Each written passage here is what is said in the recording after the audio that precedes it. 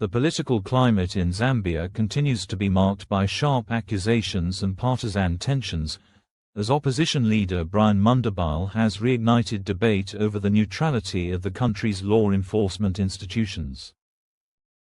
In a recent statement, Mundubile alleged that a significant portion of Zambia's police force is composed of individuals loyal to the ruling United Party for National Development, UPND, suggesting that the professional image projected by the Ministry of Home Affairs is merely a facade concealing deep-rooted political affiliations.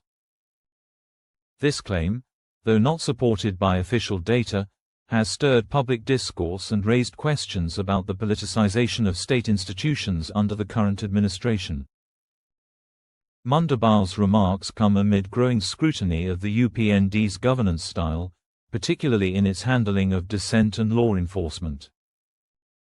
Critics argue that the party has strategically embedded its loyalists within key security structures, thereby compromising the impartiality expected of public servants.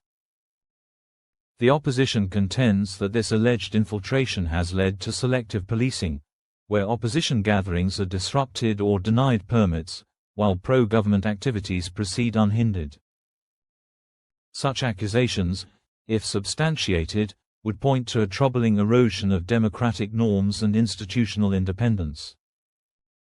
However, the Ministry of Home Affairs, under Minister Jack Mwembu, has consistently defended the integrity of the police force, asserting that recent reforms have elevated professionalism and curbed partisan behavior. Mwembu maintains that the UPND inherited a system plagued by politicization under the previous Patriotic Front (PF) government, and that current efforts aim to restore public trust through merit-based appointments and operational transparency. He has dismissed Mundubile's claims as politically motivated and lacking empirical foundation. The broader context of this controversy reflects a historical pattern in Zambian politics, where ruling parties have often been accused of leveraging state institutions to consolidate power.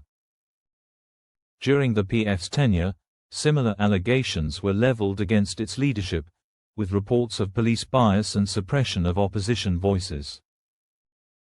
This cyclical dynamic underscores the need for structural reforms that insulate law enforcement from political influence, ensuring that officers serve the Constitution rather than party interests.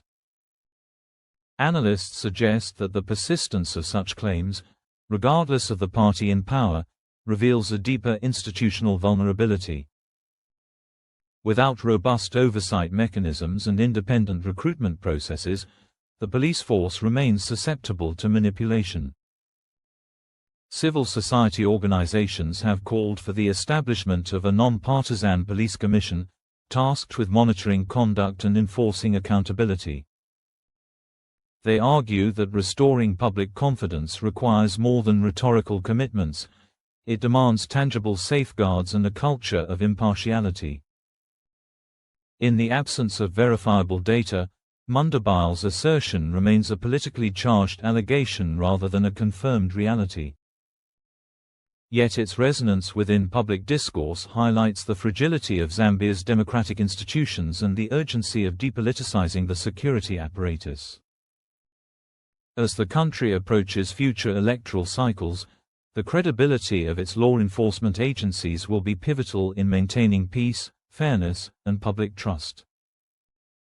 Whether the UPND can convincingly demonstrate its commitment to institutional neutrality will likely shape its legacy and influence the trajectory of Zambia's democratic consolidation.